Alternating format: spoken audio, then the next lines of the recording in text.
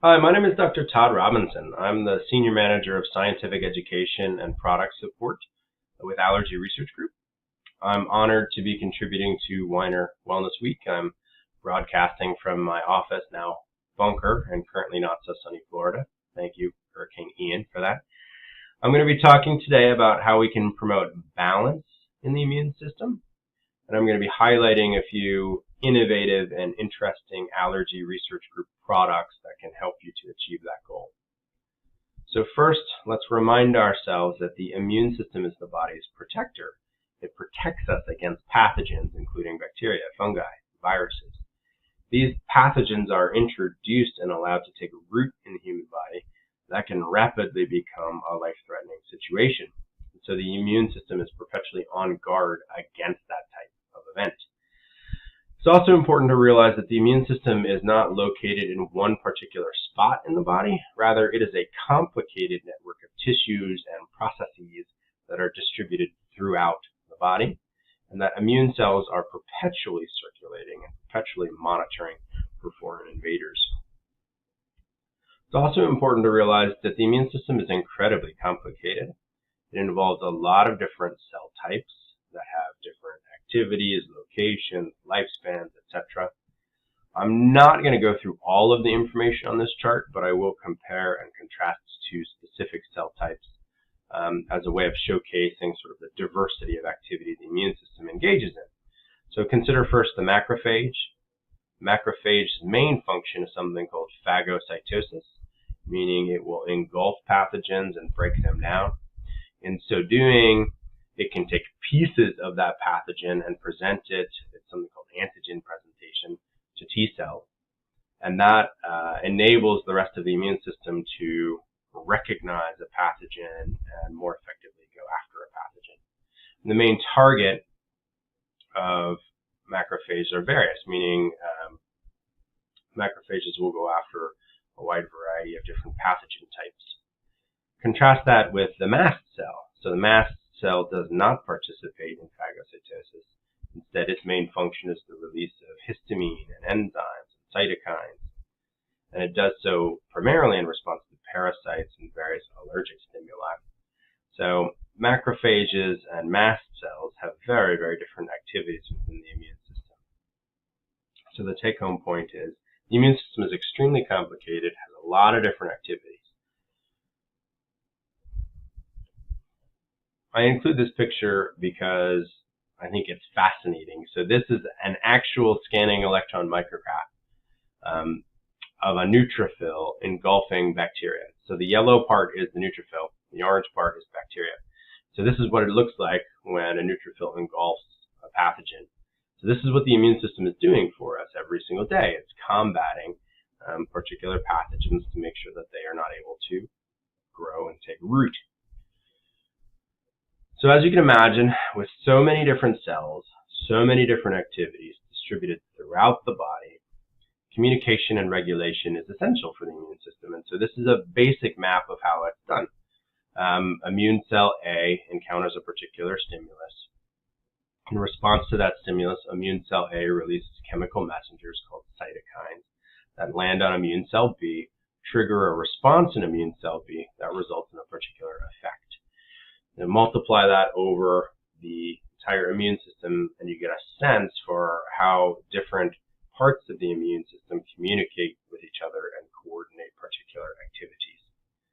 So as you can imagine, for a system that is so complicated, so distributed, and so diverse, balance in the response is extremely important. So an ideal, healthy immune response is going to be a robust response to a particular pathogen that gets that pathogen under control so it doesn't grow out of control and become a life-threatening situation. Once it's under control, the immune response then returns to baseline so as not to do unnecessary damage to healthy tissues in the surrounding area. That's sort of the ideal situation of how the immune system responds to particular pathogens. And that requires a lot of balance and a lot of coordination between the cells, the chemical messengers, etc. It's worth noting that there are particular patterns of imbalances in the immune system. So number one, One pattern is weak immune function. So this would be an immune system that is unable to mount that for whatever reason, is unable to mount that initial robust immune response. A second pattern of imbalance in the immune system is an overactive immune function. So this would be one that overreacts to relatively benign or innocuous stimuli. One example would be seasonal allergies. So pollen, relatively innocuous stimulus, triggering a runny nose and watery eyes, etc. Number 3 would be misdirected immune function or immune response. So this would be an immune response that's pointed in the wrong direction. Instead of being pointed at a pathogen, it's pointed at a healthy tissue. That would fall under the umbrella of autoimmunity. The good news is there are particular dietary supplements that have an evidence base to suggest that they can help to promote a balanced immune system and a balanced immune response. So I'm going to highlight 4 products from Allergy Research Group that fit that bill. I hear relatively frequently from my clients that they experience pill fatigue. They get a little sick swallowing pills. And so as a result, I opted to highlight 4 products that don't involve swallowing pills. So 3 of them are chewable, and 1 of them is a tablet that you can dissolve in water. So the first product is Molecular H2. So the suggested use for Molecular H2 is 1 tablet 1 to 2 times per day. And what it is, it's an effervescent tablet that contains 80 milligrams of elemental magnesium and a proprietary hydrogen matrix. So when 1 tablet is dissolved in 12 to 16 ounces of filtered water, what it does is it supersaturates the water with molecular hydrogen. So molecular hydrogen is essentially 2 hydrogen atoms bonded together. So what this does, it dissolves and you get water with a lot of molecular hydrogen in it. Great. You may be asking yourself, so what? What does that do? It's a fair question. It's a fair question because for a long time, molecular hydrogen was considered to be extremely inert and really to not have any effect in the body. The one notable exception to that was in the mid-80s, they discovered if you added molecular hydrogen to the dive tanks for deep sea divers, it mitigated some of the harmful effects of deep sea diving. And so other than this use, molecular hydrogen was largely considered to be sort of inert. That changed in 2007 when a paper was published in Nature Medicine, a very prestigious journal. And so this was an animal study that demonstrated molecular hydrogen helped to balance oxidative stress in the brain of the testing animals, and in so doing protected the brain tissue from various insults. And so the exciting, outside of that conclusion of the paper, one of the exciting aspects of that paper being published was this establishment that molecular hydrogen is not inert in the body, that it actually can have some sort of effect. And that was exciting because molecular hydrogen is a small, neutrally charged, non-reactive, non-polar molecule that readily passes through cellular membranes in the blood-brain barrier. This is a molecule that can interact with mitochondrial membranes, nuclear membranes. So this is something that can go anywhere in the body that it needs to go. And so there was a lot of excitement generated around this idea that molecular hydrogen was not actually inert in the body. And as a result, we saw a dramatic increase in the number of publications each year on molecular hydrogen. So you can see 2007, that first paper was published. Over the span of 7 years, boom, the number of publications dramatically increased. And I will note that the delivery of molecular hydrogen, there was various delivery methods through some of these studies. So some of them include inhaled molecular hydrogen, but some of them included the supersaturated solution, like I was referring to with the Allergy Research Group product. Fast forward to 2020. This is a graphic taken from a review paper summarizing the research that's been done on molecular hydrogen since 2007. And what we see is exciting news. Molecular hydrogen does more than have just a direct antioxidant effect. It actually has a regulatory effect. And so the one that I'm going to highlight here, obviously, is the immunoregulatory effect. So molecular hydrogen appears to have a pretty significant impact on on the immune system and regulation of the immune system. Specifically, it appears to promote balance of the immune system so you get a healthy response to pathogens. So this is what the pills look like. They're not very large, and it's fair to say that molecular hydrogen, based on currently available evidence, promotes immune balance in a way that can be helpful in cases of weak immune function, overactive immune function, or misdirected immune function.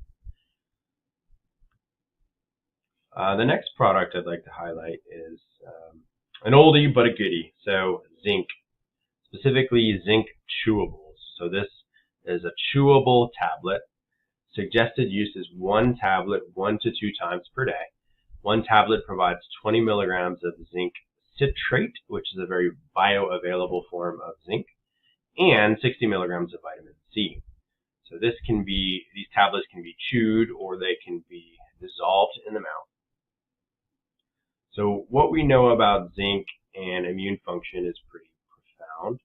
It's been clearly demonstrated that zinc deficiency interferes with immune function. So people who are deficient in zinc are unable to mount a maximally effective immune response.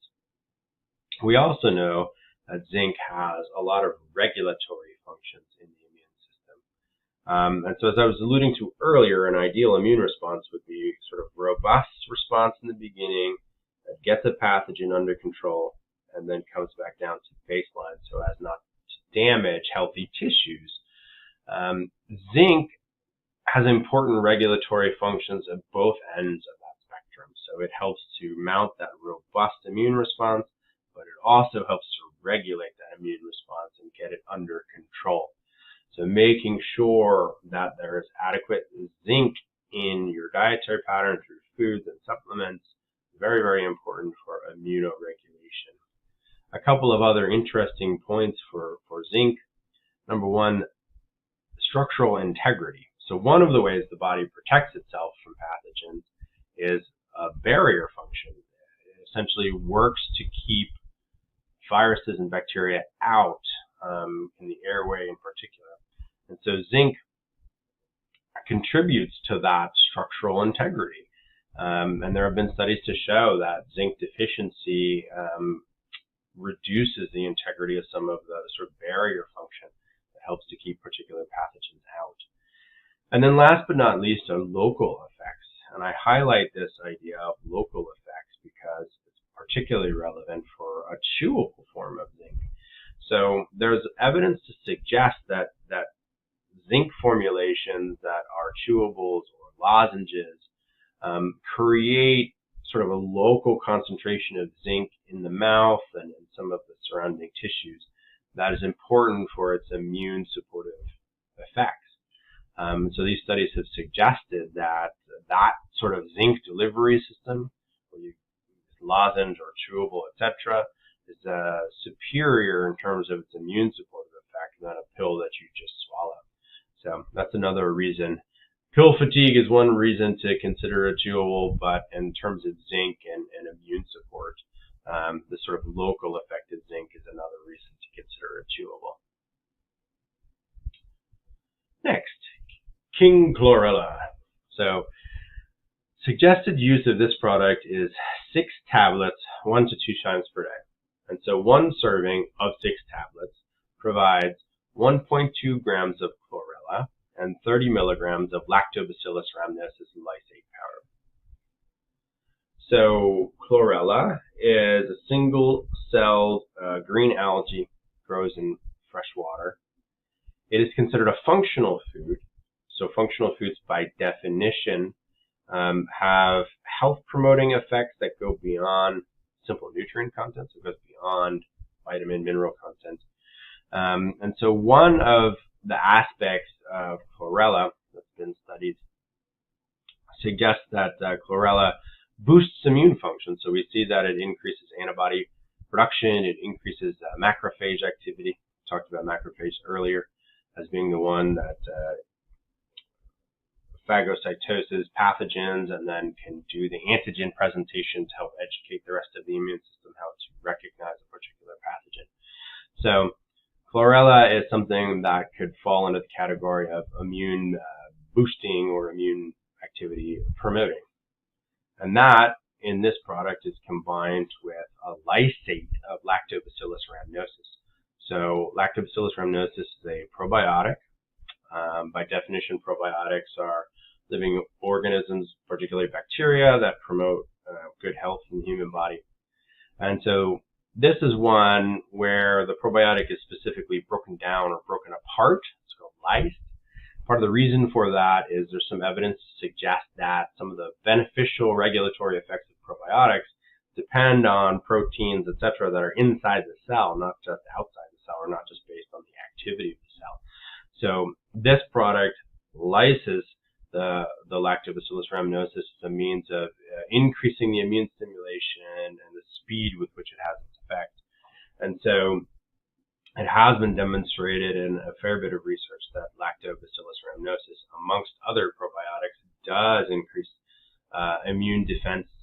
And so this sort of bolsters immune support. So the combination of chlorella and the Lactobacillus rhamnosus lysate that you get in this particular product is one that you can think of balancing a weakened immune system. So it'd be promoting an immune system that might be a little sluggish. And then last but not least is a product called NT Factor Energy Lipids. So suggested use is 1 tablet 2 times per day. One serving provides 918 milligrams of a proprietary lipid blend. And this provides phosphoglycolipids to support the structural vitality of cell membranes.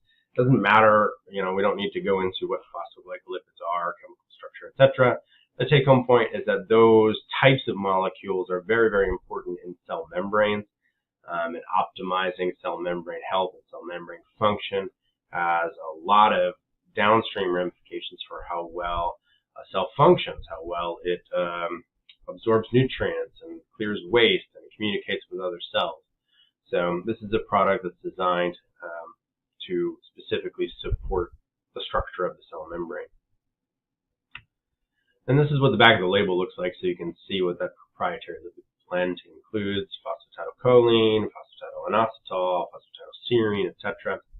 So at this point, you may expect me to kind of launch into the argument that, these individual ingredients, they support or bolster a weakened immune system, or they help to calm down an overactive immune system.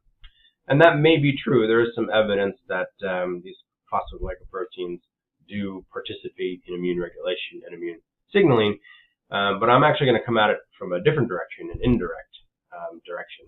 And this is one of the reasons I really like kind of the holistic approach to wellness, because you don't always have to go right after a thing to achieve a goal. You can indirectly achieve a goal. And so in this circumstance, I would point out that one of the most profound regulators of immune function and one of the most profound balancers of immune function is healthy exercise. So there's robust evidence to show that people who routinely get enough exercise over time have a healthier and more well-balanced immune system. And that's whether we're talking about a weakened immune system, that's whether we're talking about an overactive immune system or a misdirected immune system. So exercise balances immune function. Now, it is important to understand that there is what's called a J-shaped curve, meaning too much exercise can actually be detrimental. So we see this in marathon runners, etc. When training or exercise is too much, then it actually decreases immune function. So what we're talking about is sort of standard guidelines of at least 30 minutes of moderate intensity exercise a day with a couple of sessions of strength training and flexibility training over the course of the week. And so in the work that I do with my clients, one of the main obstacles to getting people to establish and maintain a healthy exercise pattern is fatigue. Everyone seems to be fatigued these days, and I understand. And so that's where this NT Factor energy can comes into play, because it has been demonstrated to boost energy levels in people that are moderately to severely fatigued. And so if you can give people or get for yourself a little boost of energy that lets you get your yoga session in, or gets you out for your walk. Or another example would be another situation that I encounter quite frequently is people say, "Oh, I'm too tired to prepare my own food at the end of the day, so I just order restaurant food." And so a little burst of energy might help you actually prepare that food with some of the functional foods, healthier foods than from the restaurant. So I think of this product as being sort of an indirect supporter of enough energy for the self-care required to balance the immune system over the long term. So, to summarize, number 1, molecular H2. So this was that effervescent tablet dissolved in water, creates supersaturated solution of molecular hydrogen. Molecular hydrogen has, over the years, been demonstrated to have a lot of immunoregulatory effects. So this is something to think of anytime you want to promote a balanced immune system. Same with zinc chewables. So zinc is profoundly important for regulation of the immune system. And if you recall, the chewable delivery system may help with some of the local effects that we see with zinc. King chlorella, this combination of chlorella and Lactobacillus rhamnosus lysate to provide a good jolt or stimulus to the immune system. So this is a good option. If someone is concerned about having a weakened immune system.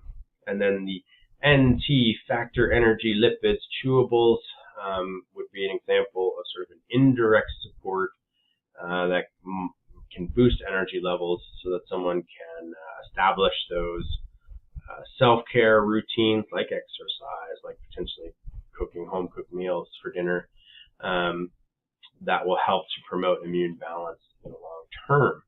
So these are 4 products that are very much worth considering if you're interested in balancing or supporting your immune system. I hope that you have found this presentation to be helpful and informative, and I thank you for attending. Have a great rest of your day.